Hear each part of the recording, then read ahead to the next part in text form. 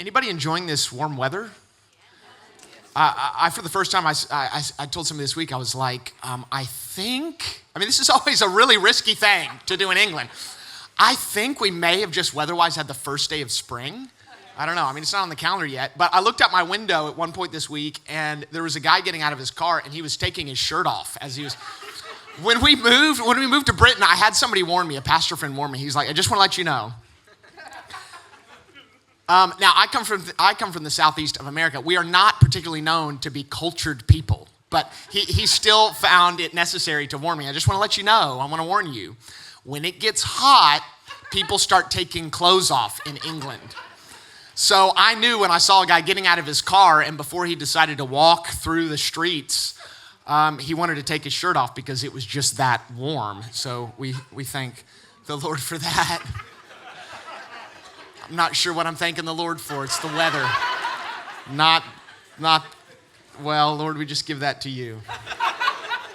Would you open up your Bible to the book of Daniel? We're going to read from Daniel chapter 3. And I have a lot of verses I'm going to read today, but it's a story form. So I think the story is just neat in and of itself.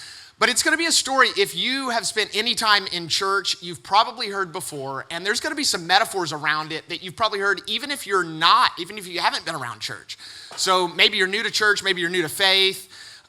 Wherever you're at, I feel like everybody can leave with something today. That's my hope, at least. I feel like the Word of God gives us that invitation. So Daniel 3, and if you've heard this story loads and loads of times, some of you are going to be brought back to like Sunday school as a kid and hearing this. I hope that you can approach this text with fresh wonder, because just because a story has been repeated often doesn't mean there isn't something new we can learn from it. But let me just give us some intro before we get into Daniel chapter 3 while you're turning there. We live in a time where there's been a profound shift in our relationship with authority. And not just one authority figure in our life, but authority full stop. And the everyday effects of that look different ways. There is just a general lack of trust in institutions. We have, maybe you've talked to some friends. Maybe you've even tried to share about the way faith has affected your life. And maybe you've heard a phrase like, I can believe maybe there's something more than what I can see or touch, but I just have a problem with organized religion. Have you heard that phrase before? There's a hunger for spirituality, but little interest often in organized religion. And this kind of general posture is then affirmed by what seems like an endless stream of scandals in church leadership, and they never seem to get out of the news cycle. And as Christian influence waned in our nation here in Britain across the 20th century, and it happened in other Western nations as well, we replaced our trust in religious institutions with a general optimism towards our democratic government.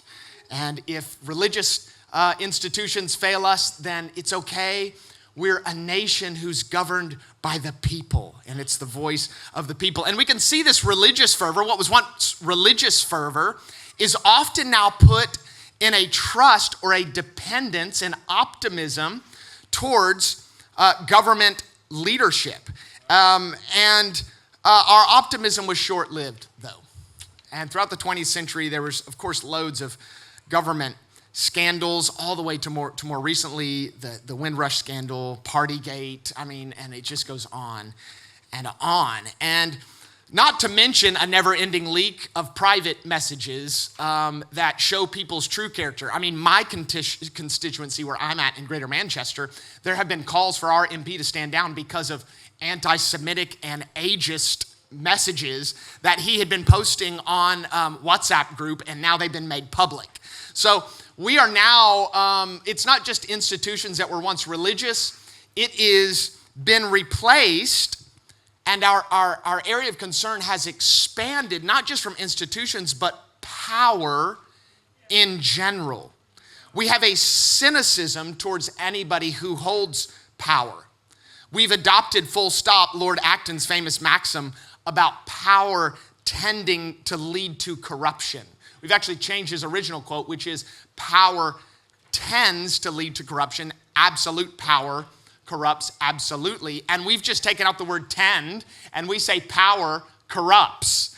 It is a belief that we live. And as a consequence, we grant social capital to anyone who's been oppressed. And with expanding insights into various ways oppression affects our social lives, we see ourselves through a lens of now what sociologists call intersectionality, the various aspects of our identities as avenues of oppression, intersecting and acting as force multipliers of sorts. All of this can place Christians in an odd tension. The liberal freedoms we enjoy in our societies, they actually have their roots in our faith. Even in our secular Western societies, there's a Judeo-Christian worldview at the base. That's where the roots of our societies get their nutrients from to protect the freedoms and the rights that we enjoy and expect today. The sanctity of life, the value of every person who is given rights and freedoms by God. These are Christian ideas. Speaking truth to power, the responsibility to ensure justice for the oppressed and marginalized. All of these and more, they have their basis in our faith. But the Christian faith doesn't have the same aversion to power that the secular world has. Christians don't typically view power as the problem. The Christian worldview views sin as the problem. If you're new to church, you're probably like, yep, it only took them about 2 minutes to mention sin. But from a Christian worldview, power, like money, is amoral. It isn't innately good or bad. It certainly has a gravitational pull, though. But from a Christian worldview, the matter, we know that gravity pulls matter. The matter of the human heart that the gravitational pull of power draws on is not just our humanity, it is our sin. It's indwelling sin in us that wants to find our identity or our worth, our meaning based on how much power we have, based on how much money we have. But power in itself is not anti-gospel. In fact, we sing songs about God having power. We dance around ideas of him having more glory and more honor and us recognizing his power. And then we seek to submit our entire lives to his lordship. And then, if that wasn't politically correct enough, we then recommend others to do the same. You should submit yourself to God's mighty power. We long as Christians for God's power to be more realized in our day-to-day lives. We want to see him in action, not just in theory. His power increasing signals the arrival of justice and mercy, covenantal love, kindness, generosity. This is God's power at work. His is the reign of a benevolent king. So where is the Christian's place in all of this? How do we live a faith that celebrates the rule of God, but not just that, it calls us to submission to God, of course, but one to another, person to person, wives, husbands, citizens, governors, church members, and leadership. How do we stand strong, not just when there's great leaders, but poor ones? Not just when leadership is worthy of being honored, but when leadership has exploited those that are following. When leadership is toxic. Daniel, although 2,600 years old, feels incredibly relevant with some of these questions. And we're going to read in Daniel 3 about Shadrach, Meshach, and Abednego. They had a similar shift in their own life and their view of the primary sources of authority in Daniel 3. Now, their whole lives had been based on authority to a book, to God's law. And it is the first half of this book. If you're kind of new to Scripture, this is not one book, although it's in one leather binding. It's a library. This is a library of books. And one of the beautiful things about Christianity is for the past 3,000 years, different authors have been adding to this book, and it has an unbelievable level of continuity. And so in the book of Daniel, we find these Hebrew boys who have based their entire life on the Hebrew Bible, which is our Old Testament, and particularly the first 5 books, which would have been called the Pentateuch, the Torah. That's what they were raised on. That was their source of authority. And now that they got moved, we shared about this some last week. If you missed it, I'd encourage you to go back and listen. But then they're dropped in the middle of Babylon. Babylon was a powerful empire. They lived in its capital city. It was the most powerful. It was the most powerful city in the world, the largest city in the world, and there's authority is shifting in their lives. And what used to be to them the authority of the voice of God, as written down in their scriptures, was now replaced by the authority of the king. And so we see this at work. There is a tension in their lives between what does it mean to be people who have what they believe is a revelation from God, living in the midst of a culture that denies that. And we're going to see some of the costs that they paid here in Daniel 3, and then we're going to unpack it and what it means for you and I. You ready? If you're there, say, I'm there. All right. Daniel chapter 3, starting in verse number 14. We're going to read verses 14 through 29. The verses are also on the screen. Nebuchadnezzar, who's the king at that time, he asked them, Shadrach, Meshach, and Abednego, is it true that you don't serve my gods or worship the gold statue I've set up? Now, if you're ready, when you hear the sound of the horn, flute, zither, lyre, harp, drum, and every kind of music, fall down and worship the statue I made. But if you don't worship it, you'll immediately be thrown into a furnace of blazing fire. Watch this phrase. And who is the God who can rescue you from my power? Shadrach, Meshach, and Abednego replied to the king, Nebuchadnezzar, we don't need to give you an answer to this question. If the God we serve exists, then he can rescue us from the furnace of blazing fire. And he can rescue us from the power of you, the king. But even if our God does not rescue us, we want you as king to know that we will not serve your gods or worship the gold statue you set up. Then Nebuchadnezzar was filled with rage. Have you ever seen someone in power filled with rage? And the expression on his face changed toward Shadrach, Meshach, and Abednego. He gave orders to heat the furnace 7 times more than was customary. And he commanded some of the best soldiers in his armies to tie up Shadrach, Meshach, and Abednego and throw them into the furnace of blazing fire. So these men, in their trousers, robes, head coverings, and other clothes, not sure why the writer found it necessary to describe what they were wearing. Maybe he was into fashion. They were tied up and thrown into the furnace of blazing fire.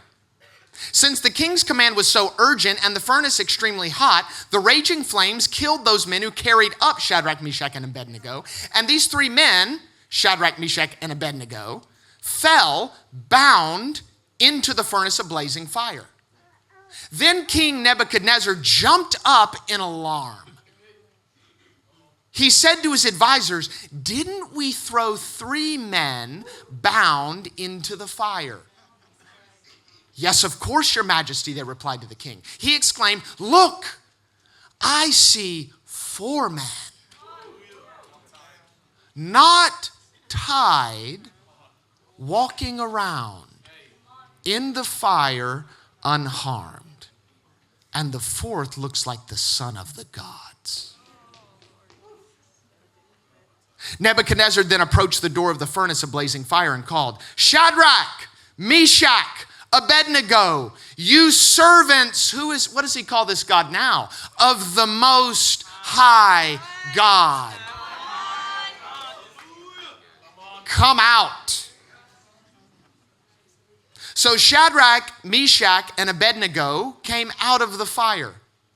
When the satraps, prefects, governors, and the king's advisors gathered around, they saw that the fire had no effect on the bodies of these men. Not a hair of their heads were singed. Their robes were unaffected, and there was no smell of fire on them.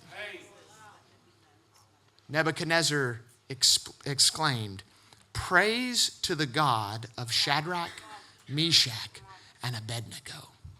He sent his angel and rescued his servants who trusted in him. They violated the king's command and risked their lives rather than serve or worship any god except their own. Therefore, I issue a decree that anyone of any people, nation, or language who says anything offensive against the God of Shadrach, Meshach, and Abednego will be torn limb from limb and his house made a garbage dump. For there is no other God who is able to deliver like this. So these Hebrews lived in Babylon. But Babylon was not simply a city powerful by its military might. King Nebuchadnezzar's goal was actually to make it an affluent, multicultural, pluralistic society. And we see this picture in Daniel chapter 3, although it's not immediately apparent. And it's actually in the gold statue. It's in the first part of chapter 3 before I read. The text calls it a gold statue, but it does not say what it is of. And there's been some assumptions made about the image. Some people have assumed it was of Nebuchadnezzar himself. He made a gold image of himself and asked the nations to come bow before him. The problem with that is we don't have any writing from ancient Mesopotamia that showed that ancient kings were deified. They never made themselves gods to worship. So there have been some other ideas, but really the hint is in the fact that the king called all nations and languages to come worship this gold statue. And probably our best assumption is that King Nebuchadnezzar was asking them to come and worship a symbol of Babylon, or the vision of what Babylon was. And this was a pluralistic vision. It was a symbol of the greatness of a nation that was gathering all sorts of nations. This was an empire, all sorts of nations and languages and religions. So it was likely meant to stand, this gold statue, as a representation of all the gods of all the peoples. It was a unifying object of worship. So the command was for the young Hebrew nobles, Shadrach, Meshach, and Abednego, to worship this symbol, probably not instead of their God, but alongside their God.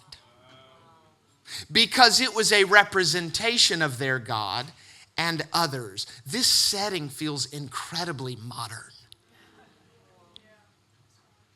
We live in an age where, although at times the Christian God and faith are mocked and ridiculed, most often Christians are just expected to keep our faith private. And then we bring out more socially acceptable objects of admiration, and we all agree this is where our ultimate allegiance lies, while making sure to avoid any suggestions that ours is the one and only God. In his book, The Open Society and Its Enemies, the very influential philosopher Karl Popper, he presents an idea that has now become part of your and my everyday life. And it's the idea that while practicing any faith is perfectly acceptable, Popper warns against exclusive truth claims. When believers insist their faith alone is valid and their God is the only true deity, they set the stage for authoritarian control. Have you ever thought that idea? Have you ever felt that pressure? The danger, Popper says, lies in the logic of our certainty. Those who believe they possess the sole religious truth will naturally feel justified in imposing that truth on everyone else. Popper actually goes so far to say, is if you believe a religious idea is true and you don't seek to control somebody else, you're simply not having continuity between your beliefs and your actions. This pattern was true then, and we see it today. And it explains Nebuchadnezzar's actions. When someone declares, I will follow only my religion, they undermine these foundations of an open society.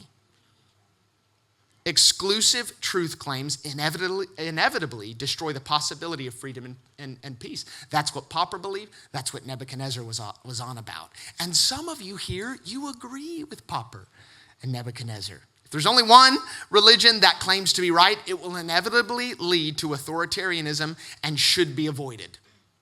Others in the room, we're completely comfortable believing that Jesus isn't simply a great moral teacher and an all-around great guy, but he's Lord of all. And Christians, we live in the tension of this every day of our lives.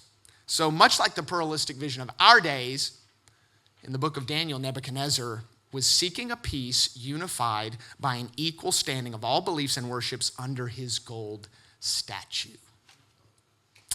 And this vision, I'll admit, is alluring at face value, much as it is today. But beyond it is the same stance I want to propose that it condemns. When Shadrach, Meshach, and Abednego refused to worship Nebuchadnezzar's gold statue, Nebuchadnezzar, in the name of tolerance, calls for their execution. It reminds me, as a charity, we have access to certain software applications that are given reduction in price for charitable organizations. We've had the same journey with finding venues, if you've been on the hunt with us at Ramp Church for finding venues. But it's amazing when you look through some of these applications, the stipulations that they require are that your charity isn't faith-based. And the reason is because they don't want to support any sort of organization that would hold to one specific value. So in the name of exclusion, we're excluded. In the name of inclusion, we're excluded. It's the same kind of idea with Nebuchadnezzar. And in their response, in Shadrach, Meshach, and Abednego's response, we see the true spirit of our faith. I'm going somewhere here. Nebuchadnezzar was seething. He was raging, while the Hebrews remained calm and even honorable towards the king and their refusal to bow. They were declaring their unmoved trust in God's power to vindicate them.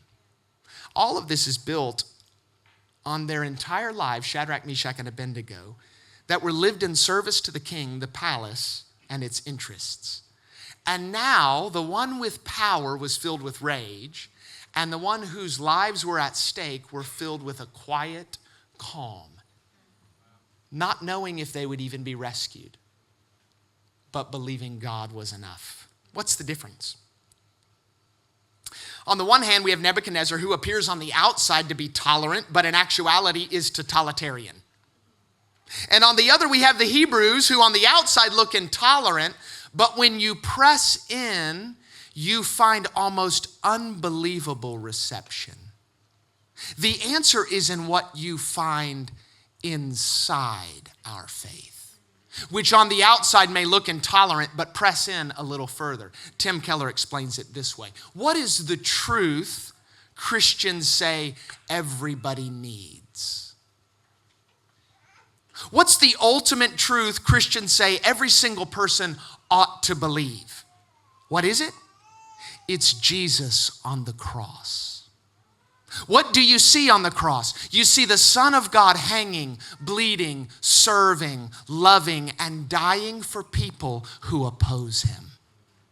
If you believe, if you've taken to the very center of your being as the absolute truth that everybody in the world needs to see this dying Son of God, dying for people who oppose him, could that possibly make you totalitarian towards your opponents?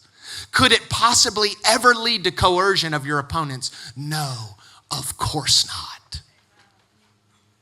The answer is not that on the outside, it looks like we stand by one faith and we encourage the whole world to believe this. This is where Daniel and his friends were at. It's that when you look inside, what is the nature of what Christians believe? It is that God himself sacrificed his own life for his enemies. How can we then close the door to our opponents? Your truth is not a license for intolerance, but it is also not laying down your truth. And this leads me to one of the secrets of Shadrach, Meshach, and Abednego's strength. Now that is the title of this teaching chapter. It is Secrets to Standing Strong. And there are so many things we could talk about in Daniel. I have so many people come up to me and go, can we talk about the future of the world, the apocalypse, prophetic visions? And it's like we could literally spend years and years in Daniel. But we are looking at it through the lens of what are secrets to standing strong from Daniel. And here's the secret we're going to talk about for a few minutes. You may think you need to retreat into privatized faith and timid deference to stand strong. But the secret is taking up your cross daily under the authority of Jesus Christ. That's the secret. The secret is taking up your cross daily under the authority of Jesus Christ. Can you see in that statement, there's two contradicting ideas. You're carrying a cross, a torture and execution device, and you have authority. In that is the fundamental paradox of Christianity. In my weakness, God's strength is made perfect. Blessed are the meek, for they shall inherit the earth. Blessed are the poor in spirit, for theirs is the kingdom of heaven. See, living in God's kingdom is a paradox. It isn't about ascending the heights that leads to the power that changes lives and families and streets and neighborhoods and villages and cities and regions and nations. It's actually ascending to the depths. It's through the cross of Jesus that we actually find the power that we need to create change in our life. You may think you need to retreat into privatized faith and timid deference to stand strong, but the secret is taking up your cross daily under the authority of Jesus Christ. The way of the cross is the way to the authority that changes the world. Jesus, we see this all throughout his life. Jesus is constantly measuring and buffering his popularity with people. There were times where he would preach an amazing message. He would do incredible miracles. People would be bringing their sick from the surrounding villages, and the witnesses describe it in the New Testament. They say it like this: and he healed them all. And there was such a clamor in the people that they wanted to make him their ruler. And this is what the gospel writers record. Jesus would quietly exit the room. It's like Elvis has left the building. He would quietly leave. Why? Because his was not a political power. He was not seeking to enforce his rule and reign from the top down. He knew that the cross was the only way. And picking up his cross was the path to finding God's authority. And it's the same for you and I. That's why Jesus' invitation is not simply to embrace his cross, but to embrace our own. Every day, following the example of the one who holds all authority in his hand, yet relinquished it all to die the death that you and I deserved, to lay his life down for those who opposed him. So you may think you need to retreat. You know the other thing that we learned from this story in Daniel 3? You may think you need to spring into, maybe you don't have a tendency to retreat. You may think you need to spring into radicalized protest. You're like, I never retreated a day in my life. So maybe you don't think you need to retreat into privatized faith. Maybe you feel like you need to spring into radicalized protest to stand strong. But the secret we learn from Daniel is unwavering trust in the sovereignty of God. Notice that Shadrach, Meshach, and Abednego did not stage an anti-government strike against the unjust religious laws. Isn't it interesting? They're not picketing in the streets. No more idols, no more idols, no more idols. It was jealous co-workers who discovered these guys didn't show up at the worship party. And they reported their refusal to bow to the king, and then the king said, bring them here. And then he called for the band. He's like, bring the band back. It's like, come on, get some music, set the mood. All you guys have to do is bow. Now, I'm not against striking. We're Protestants after all. Protest is the main word of Protestant.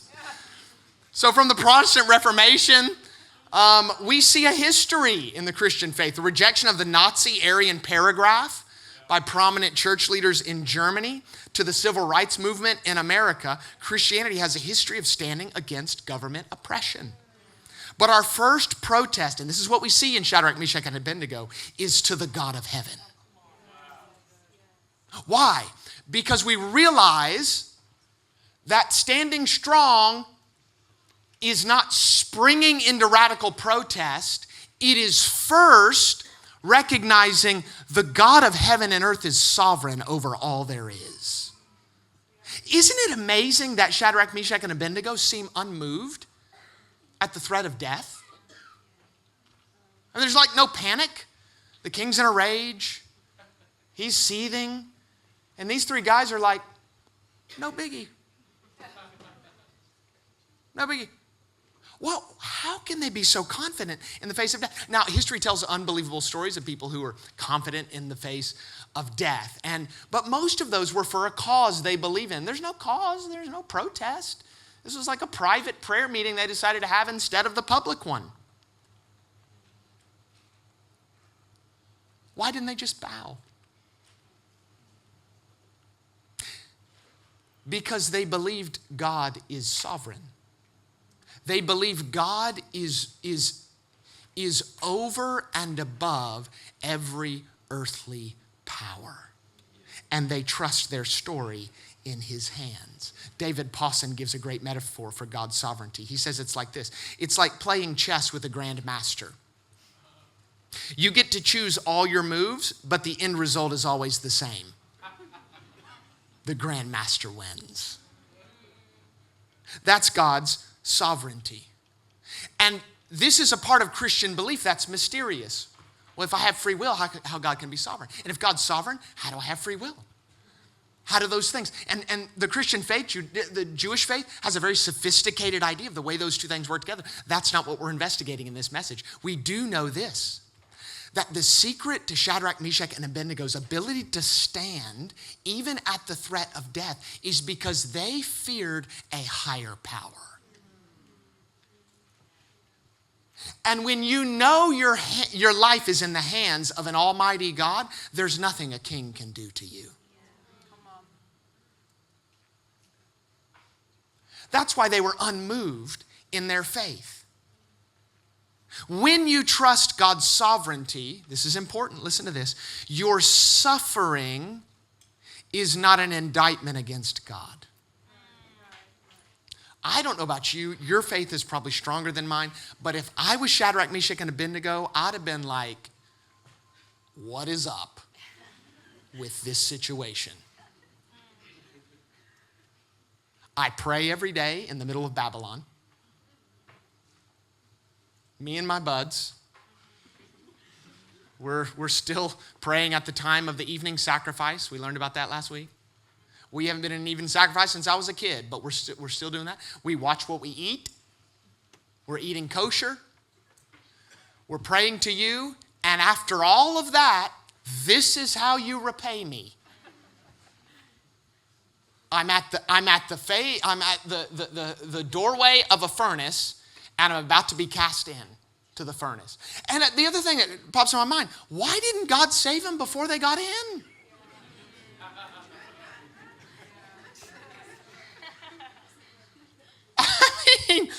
Bro, you could have struck everybody blind and deaf in the room, and I could have exited out the side door, and like, no harm done. But you're going to wait until I'm in the flames. But you know, I get the sense from Shadrach, Meshach, and Abednego, they don't care. They don't care if he rescues them then. They don't care if he rescues them in the fire. They're actually not bothered if he doesn't rescue them at all. Because their connection to God was not based on their agenda for their lives. Their connection to God was based on who he is. And often what I've learned about our faith, this is going to pinch a bit. You ready? Say, I'm ready. We often use faith as a tool to get the life we want,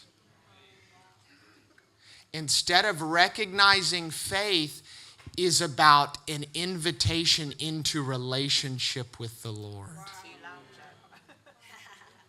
Faith is not about getting stuff. Faith is about getting God. And when I have God, everything else in my life finds its rightful place. And it's not that bad things don't happen. It's that when bad things happen, the bad thing doesn't have the same effect on me that it used to when I didn't have God.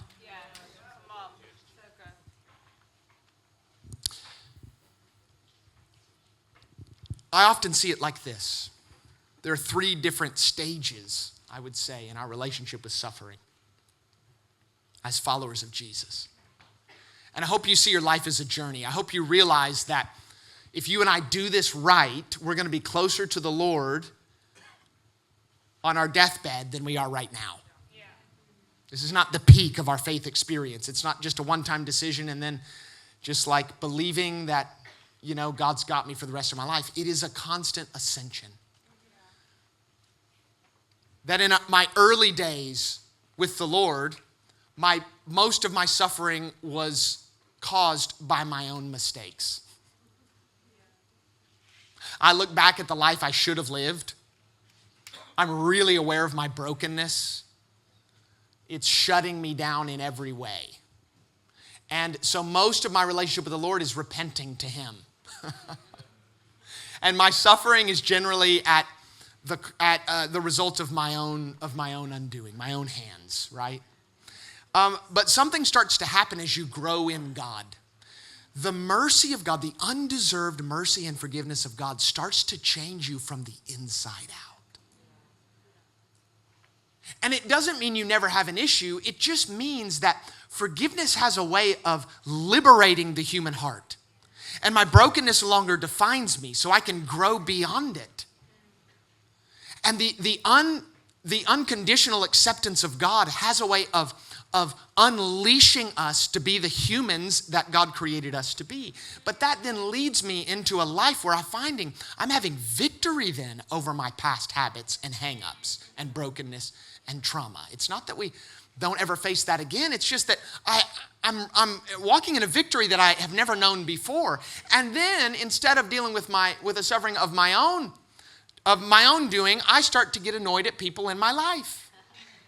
I'm doing good with God until you came to mess it up. That's how we feel. So our suffering is then caused by the brokenness in other people. So we receive suffering because of unsanctified brothers and sisters in our life. And then what the process becomes is, God, will you allow the mercy and forgiveness that I receive from you to be so real in my life that I can then show it to others? And that's the journey of maturity. So we learn how, as recipients of mercy and forgiveness, to then be givers of mercy and forgiveness. So the work of God's forgiveness and mercy in my life, I now become a conduit, and other people receive the healing that I was a recipient of, and now they can receive the healing of God's mercy through my life. But something starts to happen in that shift, is we start to mature beyond this place of just realizing it's about my victories and the victories of those I love. I think this victory may be for the whole world. And there's a place of maturity in your walk with God where you start to look for suffering places. And the suffering in your life in maturity is not primarily about your own issues. It's primarily about the brokenness of the world and the resistance of the enemy, of dark forces. Because until you start to lean into the suffering around you, you're not a threat to the enemy. He's fine with you cleaning your own junk up. Don't you start to clean up the junk on your street. Don't you start to take that broken child into your home. Don't you start to fight for more righteous and just practices at your workplace. Don't do that. Don't start changing the narrative around family dinners. Don't do that stuff. Don't start giving of your finances more than you actually spend on yourself. Don't start doing that. When you start to step out of your own victories and the victories of those you love into finding places of suffering in the world, now you become a threat to the enemy. And the primary suffering that you're walking in is not your own. It's not just of those you love, but you're recognizing, I'm carrying the suffering of the whole world. What are you doing?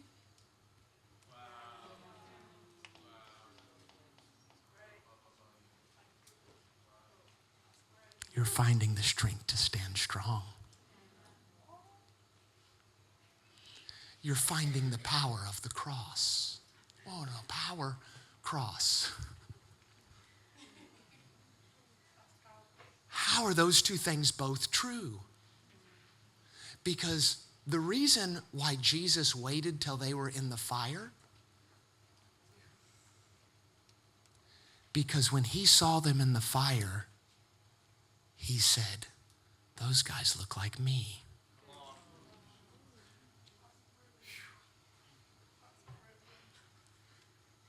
He wanted to show up in the suffering. And all along, Nebuchadnezzar didn't realize, and we don't have it in Nebuchadnezzar, we don't have it in Daniel chapter 3, but you start to see, in Daniel chapter 3, Nebuchadnezzar recognizes something about their God, but it had not yet become his God. But if you keep reading in Daniel, what started off as a recognition of someone else's God, Nebuchadnezzar then recognizes, this is the God of my life. And Shadrach, Meshach, and Abednego had no idea they were carrying the suffering of an entire kingdom. But the king's revelation on who God is demanded that someone look like who God is. And Nebuchadnezzar did not see Jesus until Shadrach, Meshach, and Abednego suffered like Jesus.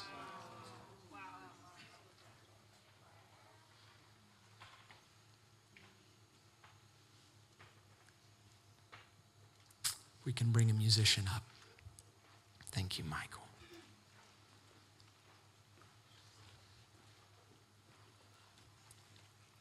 When you trust God's sovereignty, your suffering is not an indictment against God. It's the invitation to be with him. You also, like these Hebrew boys, you honor earthly authority. I don't even understand why Daniel would honor this king. He murdered his people. He destroyed his city. He demolished his temple. He irrevocably damaged Daniel's personal sexuality. We talked about that last week. And on and on and on and on. Changed his name.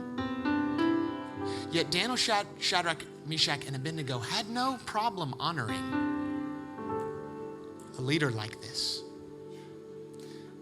because their ultimate allegiance was to the God of heaven and earth. And they knew, if I live the way my God lives, my God can get into this situation. If I say yes to him, he will say yes to me.